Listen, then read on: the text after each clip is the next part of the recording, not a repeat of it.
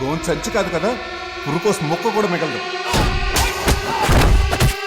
Super hit movie Batsala మల్లిని ఆస్వాదించడానికి ఇప్పుడే సనెక్స్ట్ app ను డౌన్లోడ్ చేసుకోండి. నేను మురళిని చంపిన రోజు ఒక అబ్బాయి హాస్పిటల్కి వచ్చి మేస్త్రి భార్యను కలిశాడని చెప్పాను కదా సార్. అతను మళ్ళీ ఈ రోజు భువనగిరి వచ్చి మేస్త్రి భార్యను కలిశాడు సార్. నీ భవిష్యత్తు ఆది భవిష్యత్తు గురించి మాట్లాడడానికి తీసుకొచ్చానమ్మా. పద. బహుశా మా పెళ్లి గురించి అయి ఉంటుంది.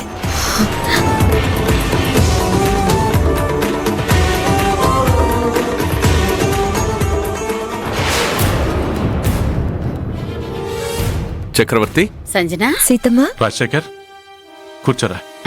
బాగున్నావా? బాగున్నాను సీతమ్మ. అరవింద్ పోవడంతో బిజినెస్ వ్యవహారాలు చాలా పెండింగ్ లో ఉన్నాయి చక్రవర్తి. సింగపూర్ పార్టీ కంటిన్యూస్ గా ఫోన్ చేస్తున్నారు.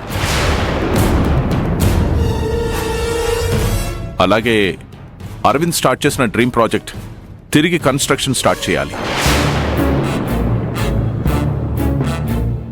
అది కాకుండా ఇంకా కొన్నున్నాయి. వాటి గురించి నీతో మాట్లాడదామని వచ్చాను. నేనే ఈ విషయం నీతో మాట్లాడదాం అనుకున్నాను రాజశేఖర్. నా మైండ్ అందుకు సహకరించే పరిస్థితిలో లేదు.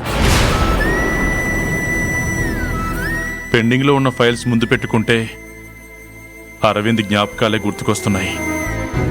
మనసంతా భారంగా మారిపోతుంది. ఇదిగో ఇప్పుడు కూడా ఆ ఫైల్స్ ముందు పెట్టుకుని కూర్చున్నాను,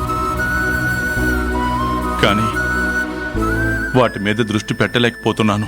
నీ సిచ్యువేషన్ నేను అర్థం చేసుకోగలను చక్రవర్తి. అరవింద్ ఉన్న రోజులు నీకు శ్రమ లేకుండా నీ పనులన్నీ వాడే చక్క పెట్టేవాడు. ఇప్పుడు నువ్వున్న మెంటల్ కండిషన్లో బిజినెస్ వ్యవహారాలు చూసుకోవడం కష్టమే, అది నాకు తెలుసు.